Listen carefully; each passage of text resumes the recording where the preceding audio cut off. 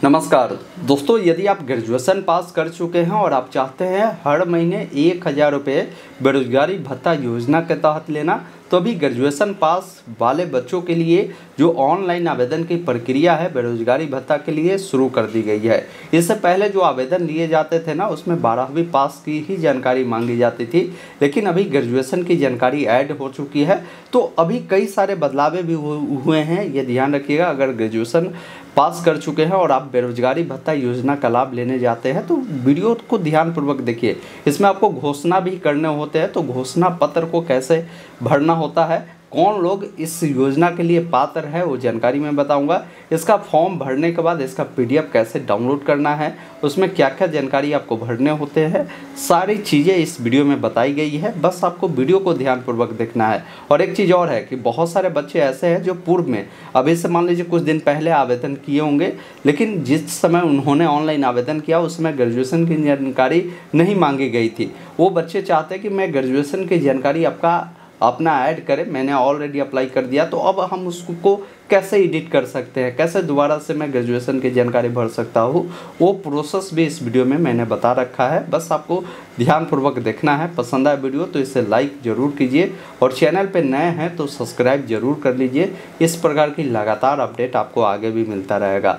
आप लोग हमारे साथ व्हाट्सएप चैनल, टेलीग्राम से भी जुड़िए, वहाँ पर भी मैं सारा अपडेट आपको देता रहता हूँ। आइए फिलहाल स्क्रीन पर चलकर पूरी जानकारी बताते हैं। बिहार बेरोजगारी भत्ता योजना के लिए अगर आप अप्लाई करना चाहते हैं, ग्रेजुएशन पास कर चुके हैं, तो आपको इस वेबसाइट पर आकर अप्लाई करना होगा। इस वेबसाइट पर आने के लिए आप अपने मोबाइल या लैपटॉप में गूगल ओपन करें, गूगल में टाइप करें ऑनलाइन अपडेट STM या वेबसाइट मिलेगा, इसे ओपन करेंगे। सर्च बॉक्स में आपको लिखना है बेरोजगारी भत्ता और सर्च करना है। आपके सामने एक जो है आर्टिकल आ जाएगा बेरोजगारी भत्ता का, आप इसको ओपन करेंगे, जहां पर सारी जानकारी आपको मिल जाएगी।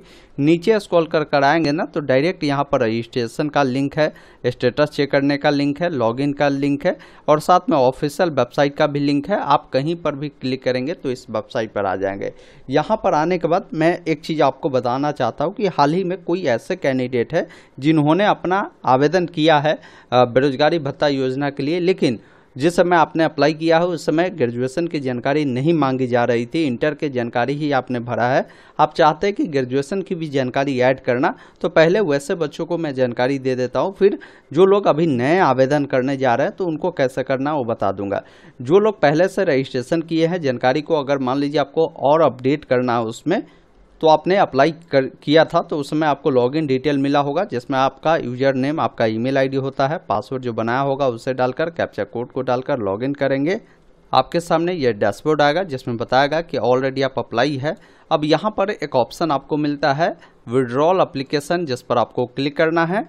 अब यहाँ पर आपसे रीजन पूछता है कि क्यों अपने आवेदन को विड्रॉल करना चाहते हैं। तो देखिए यहाँ पर कई सारे ऑप्शन हैं। आपको I want to reapply for another scheme का जो ऑप्शन मिलता है, आप इस पर क्लिक कर यहाँ से विड्रॉल वाले विकल्प पर क्लिक करेंगे। आपका किया हुआ आवेदन जो है वो हट जाएगा। अब आपको नए सिरे से आवेदन करना होगा, ये ध्यान रखिएगा। तो इतना आप कर लीजिएगा। अगर पहले से आवेदन अगर कर दिया है 12th की जानकारी देकर ही, अब ग्रेजुएशन की जानकारी अगर आपको ऐड करनी है तो वो चीज़ें आपको समझ में आ गई होगी कि कैसे करना है। अब उसके बाद एक ऑप्शन मिलेगा न्यू एप्लीकेंट रजिस्ट्रेशन का, जिस पर क्लिक करना है। यहाँ से सभी लोग के लिए प्रोसेस समझिए जो ग्रेजुएशन पास किए हैं ना, तो कैसे अप्लाई करना है। जिसमें सबसे पहला चीज़ है कि आपका जो भी नाम है मैट्रिक के सर्टिफिकेट पे उस अकॉर्डिंग नाम लिखेंगे। यहाँ पर आपका फर्स्ट नेम है, मिडिल नेम है, लास्ट नेम है। जैसे किसी का नाम राम कुमार शर्मा है तो Ram first name, middle name Kumar, Sharma last name होगा। वही किसी का नाम राम कुमार है तो फर्स्ट नेम राम और लास्ट नेम कुमार हो जाएगा। आपका जो भी ईमेल आईडी है आपको ईमेल आईडी डालना है। साथ में जो भी आपका आधार नंबर है अपना आधार नंबर डालेंगे और जो भी आपका मोबाइल नंबर है मोबाइल नंबर डालना है। एक ऑप्शन मिलता है सेंड OTP का, जिस पर क्लिक करना है। अब थोड़ा सा आप वेट करेंगे, आपके नंबर पर OTP जाएगा। मोबाइल वाला OTP यहाँ पर, ईमेल वाला OTP यहाँ पर डालना है। आप फॉर्म को खुद से भर रहे हैं तो यहाँ पर आपका जो है पूछ रहा है कि वसुधा केंद्र से भर रहा है तो तब बेस होगा। आप भर रहे हैं खुद से, यहाँ पर आप नो करेंगे। फिर नीचे में आप देखेंगे ना, आपसे पूछता है कि आपको किस कोर्स के लिए अप्लाई करना है। जैसे ये स्टूडेंट पहले से ही KYP स्कीम का लाभ ले लिया है तो इनको अब जो है यहाँ पर 3 ऑप्शन मिल रहा है, जो कि 2 ऑप्शन जो है बेरोजगारी भत्ता योजना का ही है। एक आप अगर इंटर पास किए हुए हैं तो आप इंटर पास के लिए इस ऑप्शन को सेलेक्ट करेंगे। कोई ग्रेजुएशन पास कर इसका लाभ लेने आए हैं तो आपको यहाँ पर देखिए SHA ग्रेजुएशन का ऑप्शन है, आपको इस पर क्लिक करना है। और ये ऑप्शन जो है स्टूडेंट क्रेडिट कार्ड योजना का है, ये आपको ध्यान रखना है। तो बाकी जो लोग ग्रेजुएशन पास किए हैं हमेशा ध्यान रखिए ये ग्रेजुएशन वाला ऑप्शन ही चुनेंगे। अगर इससे पूर्व में अगर आपने अप्लाई कर दिया है इंटर लेवल पर ही, तो मैंने बताया ना कि आप अपने आवेदन को विड्रॉल कर नए सिरे से ग्रेजुएशन वाला ऑप्शन सेलेक्ट कर आप अप्लाई कीजिए। अब इसमें ग्रेजुएशन में आपने जो भी कोर्स किया है, जैसे BA हो, BSc हो या BCom हो, वो कोर्स आप बताएंगे जो आप पास आउट है। उसके बाद चेक बॉक्स पे टिक कर सबमिट करेंगे। उसके बाद इस प्रकार देखेंगे, बताएगा कि आपका जो रजिस्ट्रेशन है सक्सेसफुली हो चुका है। आपको यूजर आईडी पासवर्ड जो है आपके रजिस्टर ईमेल और मोबाइल पर भेज दिए जाते हैं, उसके मदद से आप लॉगिन कर सकते हैं। वैसे आपका जो यूजर आईडी है ये आपका ईमेल होता है, पासवर्ड आपको मिले होंगे, उसके मदद से लॉगिन करने के लिए गो टू होम पेज पर आपको क्लिक करना है। यहाँ पर आने के बाद आपको अपना ईमेल आईडी यूजर नेम के रूप में लिखना है, जो पासवर्ड आपको मिले हैं उसे डालना है, इस कैप्चा कोड को फिल कर लॉगिन करना है। लॉगिन करते ही आपके सामने इस प्रकार का इंटरफेस आएगा, जहाँ पर सबसे पहला काम करना है पासवर्ड चेंज करना है। अभी आपका जो ओल्ड पासवर्ड मिले हैं ना, उस ओल्ड पासवर्ड को यहाँ पर डालेंगे, फिर आपको नया पासवर्ड बनाना होगा। पासवर्ड बनाते समय ध्यान रखें ABCD का बड़ा अक्षर, छोटा अक्षर, कोई भी अंक, कोई भी सिंबल आपको उपयोग करना है। उसी पासवर्ड को दोबारा डालना है, फिर सबमिट वाले विकल्प पर क्लिक करना है। इस प्रकार आपका जो पासवर्ड है सक्सेसफुली चेंज होता है। अब लॉगिन करने के लिए क्लिक हेयर वाले विकल्प पर आपको क्लिक करना है। यहाँ पर यूजर नेम में अपना ईमेल आईडी, जो पासवर्ड अभी आपको मिले हैं उससे डालेंगे, कैप्चा कोड को डालकर लॉगिन करना है। उसके बाद आपके सामने ये जो फॉर्म है वो खुलता है, जो कि सेल्फ हेल्प अलाउंस, जिसे हम लोग बेरोजगारी भत्ता के नाम से जानते हैं। यहाँ पर सबसे पहला चीज़ है कि आपसे पूछा जा रहा है कि आपने जो मैट्रिक किया है, मैट्रिक आपने किस बोर्ड से पास आउट किया है, उस बोर्ड का नाम डालेंगे। साथ में मैट्रिक का जो रोल नंबर आपका है वो आपको बताना है, और जो भी आपका रोल कोड है वो आपको बताना है। उसके बाद आपने जो परीक्षा पास आउट किया है वो रेगुलर मोड से किया है, तो रेगुलर चुनेंगे। किस साल आपने पास आउट किया है वो पासिंग ईयर डालेंगे। ऑटोमेटिक आपका जो स्कूल का नाम है वो आ जाता है। अब आपको नीचे आना है, पूछता है कि 12वीं आप पास है, तो यहाँ पर एस करेंगे। उसके बाद किस बोर्ड से आपने पास आउट किया है उस बोर्ड का नाम सेलेक्ट करेंगे। फिर आपको 12वीं का जो भी आपका रोल नंबर है वो आपको लिखना है, रोल कोड जो भी है वो आपको लिखना है। 12वीं किस साल आपने पास आउट किया है वो पासिंग ईयर आपको बताना है। तो ऑटोमेटिक आपका जो भी कॉलेज का नाम होगा वो देखने को मिल जाएगा। अब यहाँ पर आपको ग्रेजुएशन की जानकारी देनी है। ग्रेजुएशन जो आपने किया है वो किस इंस्टीट्यूट से किया है, तो जो भी आपका कॉलेज का नाम होगा ना वो आप लिख देंगे। बाकी जो आपका यूनिवर्सिटी है वो किस यूनिवर्सिटी से अफिलिएटेड है, यहाँ पर सभी यूनिवर्सिटी का नाम मिलता है, आप उस यूनिवर्सिटी को सेलेक्ट करेंगे। आपका जो भी कोर्स है वो कोर्स का नाम देखने को मिलता है। अब आपको बताना है कि जो ग्रेजुएशन आपने पास किया है वो कब आपने पास आउट किया है, वो पासिंग ईयर बताना है। किस राज्य से आपने ग्रेजुएशन पास किया है, किस जिले से आपने पास आउट किया है वो आपको बताना है। और उसके बाद अपना पिन कोड यहाँ पर लिखेंगे। ये पिन कोड जो देना है ये आपके ग्रेजुएशन वाला जो कॉलेज है ना उसका देना है, ये आपको ध्यान रखेंगे। उसके बाद जो भी आपका नाम होगा ये ऑटोमेटिक देखने को मिलता है, पिता का नाम भी देखने को मिलता है। अब माता का जो नाम है आपको लिखना है, जैसे माता का जो फर्स्ट नेम हो यहाँ पर, मिडिल है तो इसमें, नहीं तो लास्ट नेम इसमें आपको लिखना है। बाकी बताना है कि आपकी शादी हो चुकी है या आप सिंगल है, वो जानकारी आप यहाँ से बताएंगे। फिर आपका मोबाइल नंबर, आधार नंबर यहाँ पर देखने को मिलता है। आप किस कैटेगरी से बिलोंग करते हैं अपना कैटेगरी यहाँ से सेलेक्ट करेंगे। बाकी फिर आपका पास जो भी अकाउंट है वो उसका जो भी IFSC कोड होगा ना, IFSC कोड देना है। और आपका अकाउंट जो है वो बोला गया है कि आधार से लिंक होना चाहिए और साथ में NPCI से लिंक भी होना चाहिए, ये भी ध्यान रखिएगा, तभी पैसा आपको मिलेगा। अब जैसे ही आप यहाँ पर जो है अपना ये डालेंगे ना IFSC कोड, तो उसके बाद आपका जो भी बैंक का नाम है, उसके अलावा जो भी ये डिटेल है बैंक का वो आ जाता है। अब आपको सिर्फ अपना अकाउंट नंबर दर्ज करना है। फिर नीचे आएंगे तो यहाँ पर आपका एड्रेस मांग रहा है कि आप जो बिलोंग करते हैं वो अगर शहरी क्षेत्र से करते हैं तो अर्बन पे टिक करेंगे। तो आपको बताना है कि कौन सा स्टेट है, कौन सा आपका डिस्ट्रिक्ट पड़ता है, कौन सा नगर या नगर निगम पड़ता है या ब्लॉक पड़ता है वो बताएंगे, पिन कोड बताएंगे, आपका हाउस, फ्लैट या रोड का नाम है वो बताएंगे, जो भी एरिया है या लोकेलिटी है वो आपको बताना है। अगर आप शहरी क्षेत्र के हैं तो ग्रामीण क्षेत्र को होंगे तो यहाँ पर जैसे ही आप अर्बन चुनते हैं तो यहाँ पर आपसे आपका डिस्ट्रिक्ट, आपका ब्लॉक, आपका पंचायत, गांव का नाम, पोस्ट ऑफिस का नाम, साथ में पिन कोड ये मांगता है ग्रामीण क्षेत्र वालों के लिए। तो ये आप अपने अकॉर्डिंग देखें, जिस भी अकॉर्डिंग आपका एड्रेस है वो जानकारी यहाँ से, ग्रामीण है तो रूरल, शहरी है तो अर्बन सेलेक्ट करेंगे। ये परमानेंट एड्रेस पूछ रहा है। फिर यहाँ पर रेसिडेंशियल एड्रेस है। रेसिडेंशियल एड्रेस का मतलब होता है अभी आप जहाँ निवास करते हैं वो वाला एड्रेस, तो आप यहाँ पर बता सकते हैं। अन्यथा अगर आपका ये दोनों सेम ही एड्रेस है तो आप इस चेकबॉक्स पे टिक करेंगे, दोनों आपका फिल हो जाएगा। उसके बाद सेव एज ड्राफ्ट पर आपको क्लिक करना है। उसके बाद आपको यहाँ पर जो है प्रीव्यू का एक ऑप्शन मिलता है, इस पर क्लिक कर देखना है कि आपने जो जानकारी फिल किया है वो सही है या नहीं है। कहीं भी कुछ गलती है तो अभी आप नीचे आकर इसको क्लोज कर सकते हैं और अपनी जानकारी को सुधार कर सकते हैं। जानकारी सही है तो एक ऑप्शन देखिए मिलता है सबमिट का, जिस पर आपको क्लिक करना है। अब आपको अगले पेज पे रिडायरेक्ट करेगा। यहाँ पर देखेंगे ना आपकी जो जानकारी है भरी हुई होती है। यहाँ पर आपको जो है KYP के लिए प्रेफरेंस देना होता है कि अगर भविष्य में अगर आपको KYP करना होगा तो आप किस जिला से करेंगे, उस जिला का प्रेफरेंस देंगे, उस जिला के तहत किस ब्लॉक से आप करेंगे वो बताएंगे। तो 3 प्रेफरेंस आपको यहाँ पर दे देना है। बाकी की जो जानकारी है यहाँ पर आपको बताई गई है कि इसके लिए क्या कुछ एलिजिबिलिटी क्राइटेरिया है, KYP के लिए क्या कुछ एलिजिबिलिटी है वो भी देख पाएंगे। नीचे स्क्रॉल कर आना है, इस चेकबॉक्स पर टिक कर सबमिट वाले विकल्प पर क्लिक करना है। इस प्रकार आपसे पूछेगा अब श्योर है, सबमिट करना चाहते हैं, यहाँ से ओके वाले विकल्प पर आपको क्लिक करना है। थोड़ा सा आपको वेट करना होता है, इस क्रम में आपको पेज को काटना नहीं है, रिलोड नहीं करना है।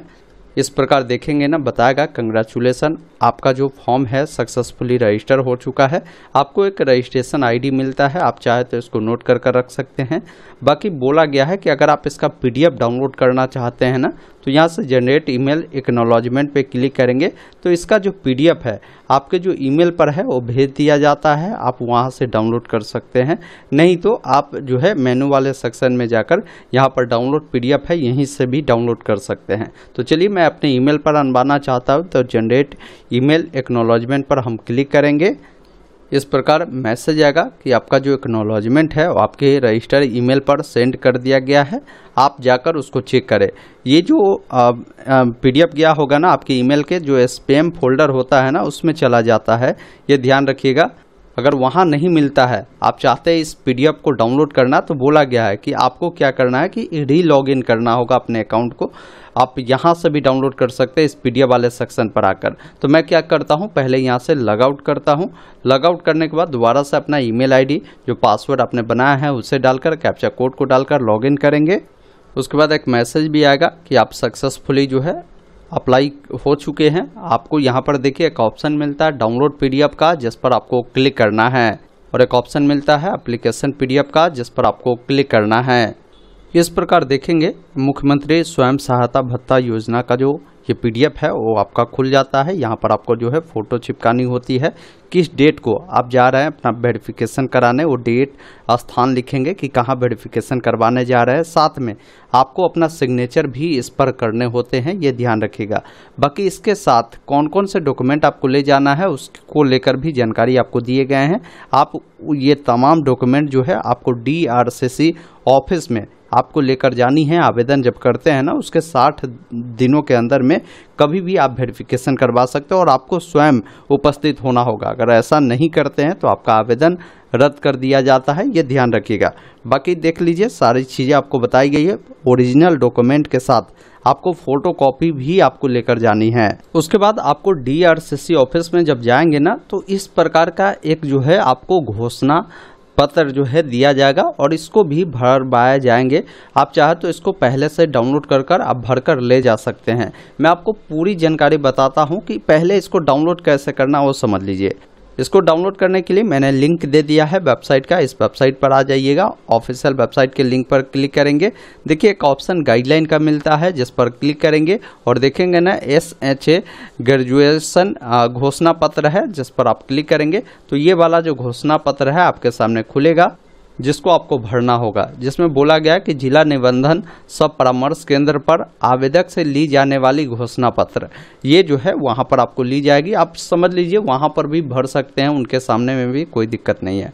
सबसे पहला चीज़ यहाँ पर लिखना है कि सत्यापन की तिथि, किस डेट को आप जो है अपना डॉक्यूमेंट लेकर DRCC ऑफिस जा रहे हैं वो डेट यहाँ पर डलाएगा। निबंधन संख्या मिलेगा कहाँ से, तो जो आपने फॉर्म को ऑनलाइन अप्लाई किया होगा तो यहाँ पर आपको एक निबंधन संख्या देखिए मिल जाता है। यही वाला जो नंबर है वो आपको निबंधन संख्या के रूप में यहाँ पर आपको देने की ज़रूरत होगी। बाकी मतलब आपका जो नाम है आप अपना नाम लिखेंगे, साथ में आपका जो भी निबंधन संख्या है वो निबंधन संख्या बताएंगे। इसमें आप घोषणा करते हैं या कोई लड़की है तो करती हूँ को मैंने स्नातक की परीक्षा कला विज्ञान अथवा वाणिज्य संकाय से उत्तीर्ण किया है, जिससे भी आपने उत्तीर्ण किया उसके बारे में बताएंगे।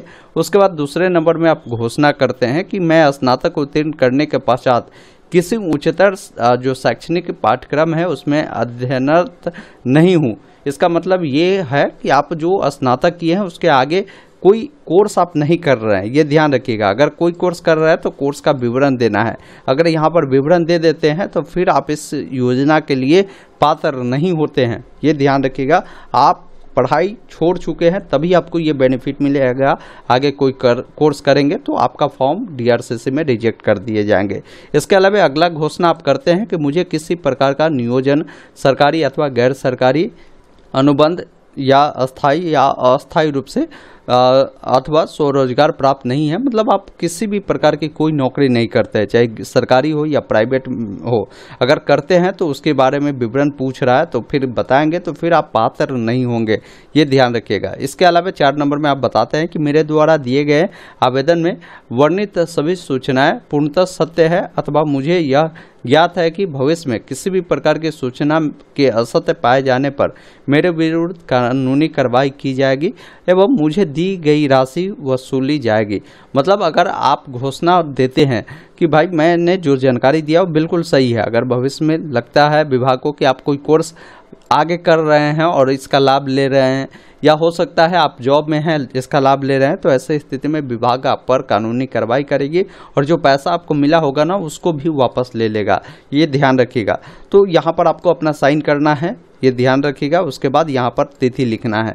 तो मैं कहूँगा उन तमाम बच्चों से कि अगर आप आगे की पढ़ाई करते हैं ना तो इसका बेनिफिट नहीं लीजिए, वो आपके लिए बेटर है। साथ में अगर सरकारी नौकरी में है या प्राइवेट नौकरी में है आप इसका बेनिफिट नहीं लीजिए, क्योंकि ये उन बच्चों के लिए दिया जाता जो आगे पढ़ाई नहीं कर रहे हैं और उनकी स्थिति सही नहीं है।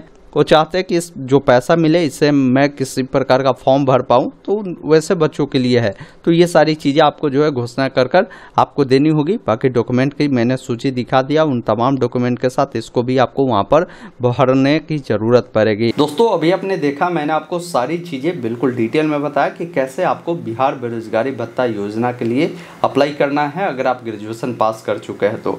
बाकी अगर आपको ऑनलाइन आवेदन करने में कोई भी दिक्कत है तो ऐसा नहीं है कि आप ऑनलाइन आवेदन कर जाएंगे DRCC तभी आपका जो है ये बेनिफिट मिलेगा। आपको ऑनलाइन नहीं करना है, आप डायरेक्ट DRCC ऑफिस में तमाम ओरिजिनल डॉक्यूमेंट के साथ उसका फ़ोटोकॉपी लेकर जाइए। DRCC ऑफिस में भी आपका ऑनलाइन आवेदन कर दिया जाता है बिल्कुल फ्री में। आप इस योजना के लिए डॉक्यूमेंट को वेरिफिकेशन करवाकर आप इसका बेनिफिट आप ले सकते हैं।